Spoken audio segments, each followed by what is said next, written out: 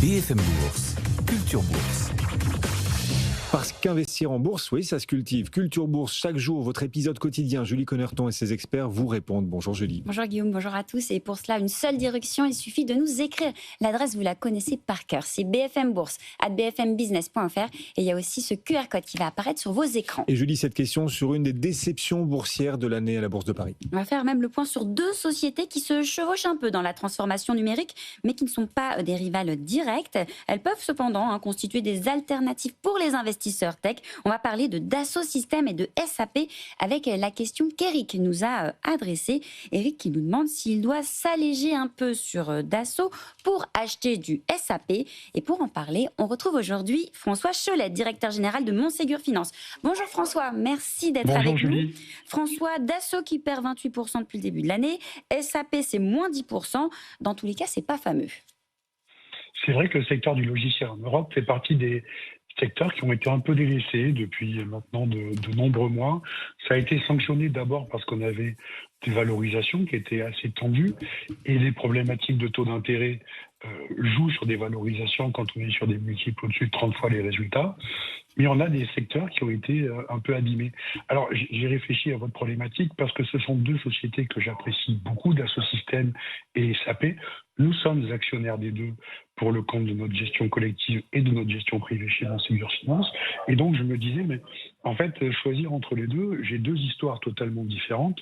Je vais commencer par Dassault Systèmes, qui était une des plus grandes chéries de la bourse européenne, puisque c'était la valeur des logiciels de 3D principalement, qui avait, je dirais, la plus belle croissance, les plus belles publications, qui était vraiment chouchou, qui était sur des multiples de profit au-dessus de 30 fois les résultats, et qui, depuis maintenant un an et demi, est en grande souffrance, tout simplement parce que le taux de croissance a diminué. Et quand vous avez des valeurs de croissance qui croissent moins que par le passé, on a des sanctions qui sont très fortes. Le titre a été largement revenu, puisqu'on se paye actuellement 17 fois et demi les résultats de l'année 2026.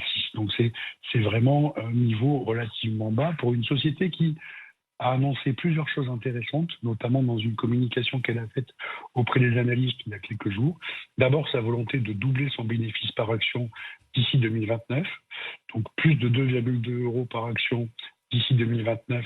C'est un objectif quand même de croissance assez ambitieux.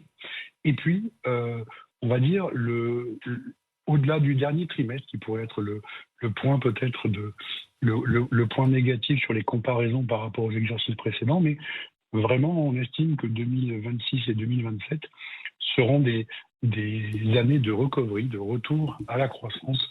Et c'est ce qui ressort, en tout cas, de la communication qu'on a eue avec le management, avec aussi quelques points qu'on n'avait pas forcément bien en tête.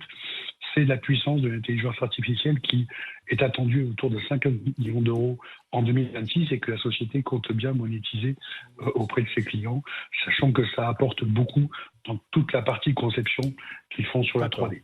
Alors ensuite, il faut parler de SAP. SAP, c'est la grande valeur technologique européenne. On est dans une phase de consolidation, mais après un mouvement qui a été extrêmement porteur. Là, on est sur des multiples qui sont un petit peu plus élevés, mais il n'empêche, ça reste une des valeurs incontournables de la tech européenne.